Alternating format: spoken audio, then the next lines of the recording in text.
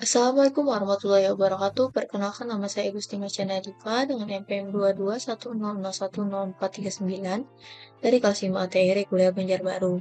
Di sini saya akan mempresentasikan analisis sintaksis dan analisis semantik dari jurnal yang telah saya baca sebelumnya. Yang pertama ada analisis sintaksis.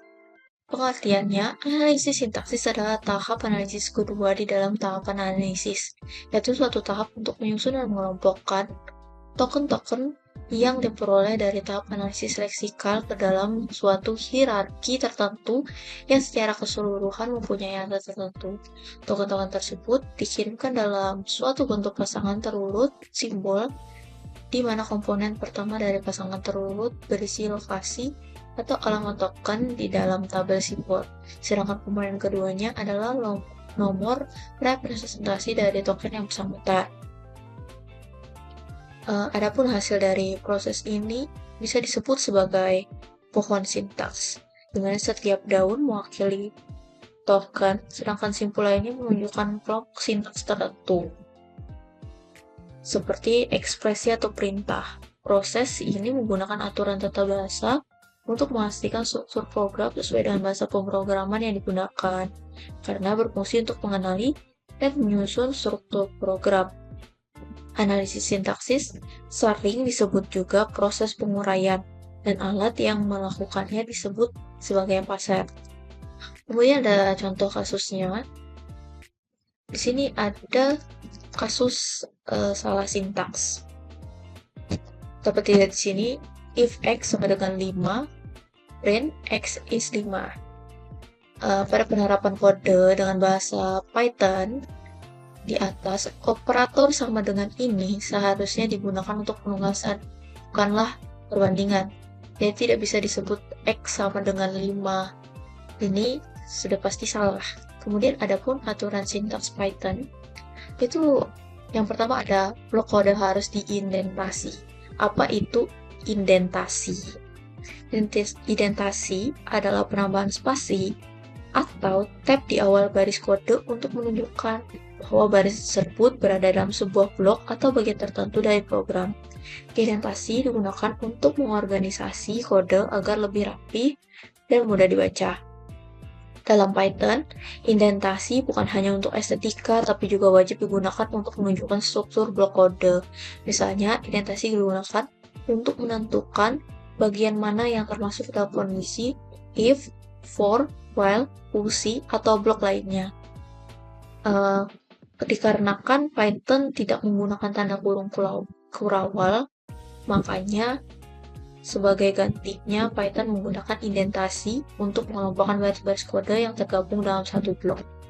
Yang kedua, setiap pernyataan if, for, atau while harus diakhiri dengan tanda titik 2. Kemudian kasus sintaks yang benar. Nah, ini seperti sebelumnya sama penulisannya, cuma di bagian if x itu sama dengannya ada 2. Nah, di sini sebagai bentuk penerapan dari operator perbandingan yang tepat.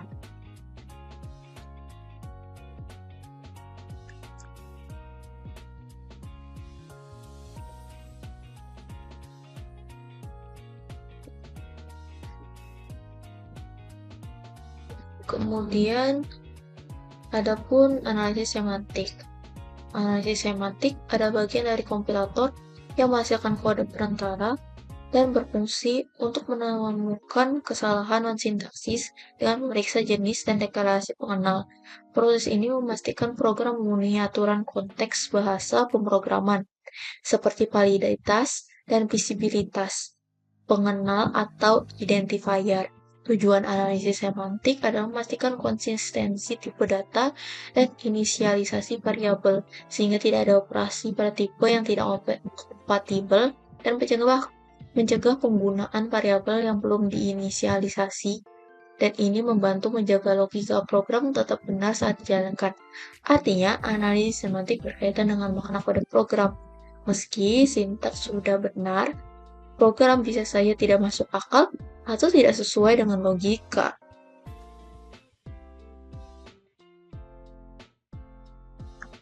Kemudian contoh kasusnya.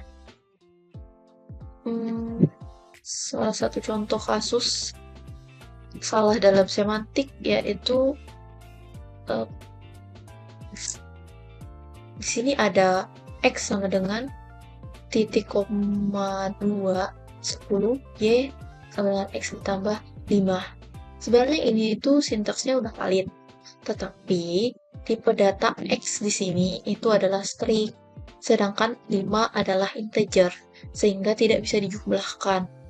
Kemudian adapun aturan semantik.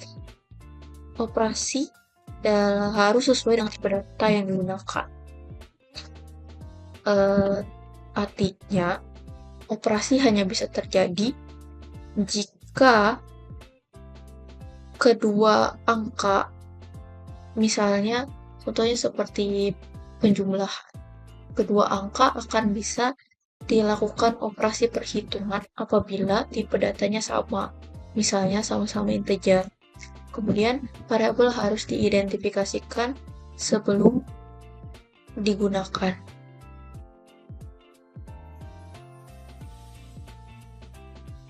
Kenapa begitu? Karena variabel tidak boleh digunakan sebelum dideklarasikan atau diberi nilai. Misalnya, sebuah variabel X ingin digunakan, tapi variabel tersebut belum dipanggil sebelumnya, sehingga terjadi error. Maka dari itu, variabel X harus dipanggil terlebih dahulu. Kemudian, kasus sintaks yang benar. Nah, dari kasus salah sebelumnya, di sini bisa dilihat X-nya sama dengan 10. Tanda petik 2 di kasus salah semantik sebelumnya adalah menandakan bahwa tipe data itu adalah string. Sedangkan tidak menggunakan berarti itu adalah integer. Sehingga nilai X dan Y dapat dijumlahkan. Hasil outputnya adalah 15. Baiklah, itu saja yang dapat saya presentasikan. Sekian dari saya. Mohon maaf jika ada salah-salah pengucapan kata. Sekian, terima kasih. Wassalamualaikum warahmatullahi wabarakatuh.